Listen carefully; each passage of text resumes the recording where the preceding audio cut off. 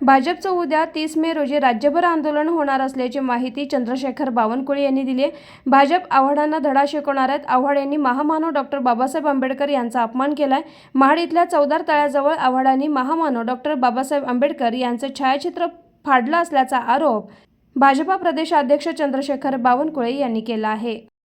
Sir, Jitendra Awhad यांच्या विरोधात उद्या संपूर्ण राज्यभर भाजप आंदोलन करणार आहे, काय सांगाल? जितेंद्र आव्हाडांनी बाबासाहेबांचे फोटो असलेले पोस्टर आधी छापले आणि मग ते फाडले.